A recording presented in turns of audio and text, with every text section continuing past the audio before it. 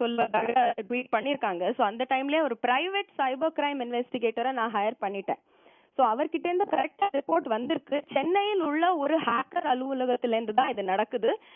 இந்த ஹேக்கர் அலுவலகம் ஒரு டிரான்ஸ்லேஷன் சென்டர் என்று தன்னை தெரிவித்துக் கொள்கிறார்கள் அப்படின்ற தகவல் வந்திருக்குமா?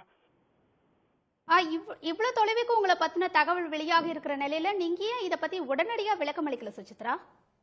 நான் உடனே எனக்கு தெரிய வந்த உடனே நான் விளக்கம் அளிச்சிட்டேன். பிகாஸ் இன்னைக்கு காலையில நான் தூங்கிட்டு இருந்தேன். நேற்று ராத்திரி எனக்கு ஒரு லேட் நைட் ரெக்கார்டிங் இருந்துச்சு. சோ நான் மார்னிங் தூங்கிட்டு இருந்தேன். எனக்கு அலறி பிடிச்சிட்டு அதித்தி ரவீந்திரநாத் அப்படின்னு தனுஷோட ஆபீஸ்ல இருந்து யாரோ எனக்கு போன் பண்ணி என்னை எழுப்பி அவங்க தான் சொன்னாங்க, சுச்சி உன்னோட ட்விட்டர் பேஜ் மறுபடியும் ஹேக் செய்யப்பட்டிருக்கு அண்ட் இந்த வாட்டி என்னெல்லாமோ செல்ஃபிஸ் போட்டிருக்காங்க, ப்ளீஸ் உடனே டிலீட் பண்ணுங்க. நான் அதித்தி சொன்னதுனால தான் நான் செக்கே பண்ணின உடனே அத்தனை போட்டோகிராஃப்ஸையும் நான் டிலீட் பண்ணிட்டு இதோடைய விளக்கத்தையும் நான் கிளீனா ட்விட்டர் பேஜ்லயே எழுதிருக்கேன்.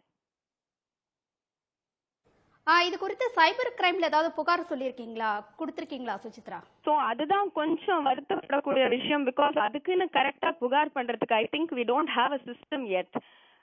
நான் வந்து எந்த போலீஸ் ஸ்டேஷனுக்கு இங்க சுத்தி போன் பண்ணாலும் அவங்க ஐயோ ஆக்சுவலி எங்களுக்கு எப்படி ஹேண்டில் பண்றதுன்னு தெரியல, நீங்க அங்க போன் பண்ணுங்க அண்ட் எனக்கு வேற there is a small threat, I'm not able to step outside my house.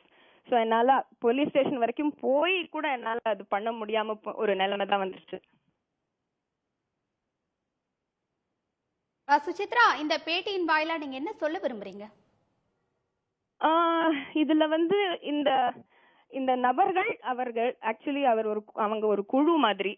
அவங்க வந்து இந்த மாதிரி என்ன வந்து தயவு செஞ்சு விட்டுருங்க. பிகாஸ் எனக்கும் அவங்களுக்கும் சம்பந்தமே கிடையாது. நான் அவங்க வழியில குறுக்கிட்டதும் கிடையாது. அவங்கள பத்தி கரெக்ட் நல்லாவும் சொன்னது கிடையாது, கெடுதலாவும் சொன்னது கிடையாது. எனக்கும் அவங்களுக்கும் எந்த விதமான தொடர்பும் கிடையாது. சோ தயவு செஞ்சு என்னை விட்டுருங்க அப்படின்னு மட்டும் நான் ரிக்வெஸ்ட் பண்ணிக்கிறேன். நன்றி சுசித்ரா. தேங்க்யூ. அதாவது வந்து சுசித்ராவுடைய சமூக கணக்கை யாரோ ஹேக் செய்ததாகவும் அதை இது அப்படின்ற அவர் மறுத்து இருக்காரு. தொடர்ந்து மற்ற செய்திகளை பார்க்கலாம்.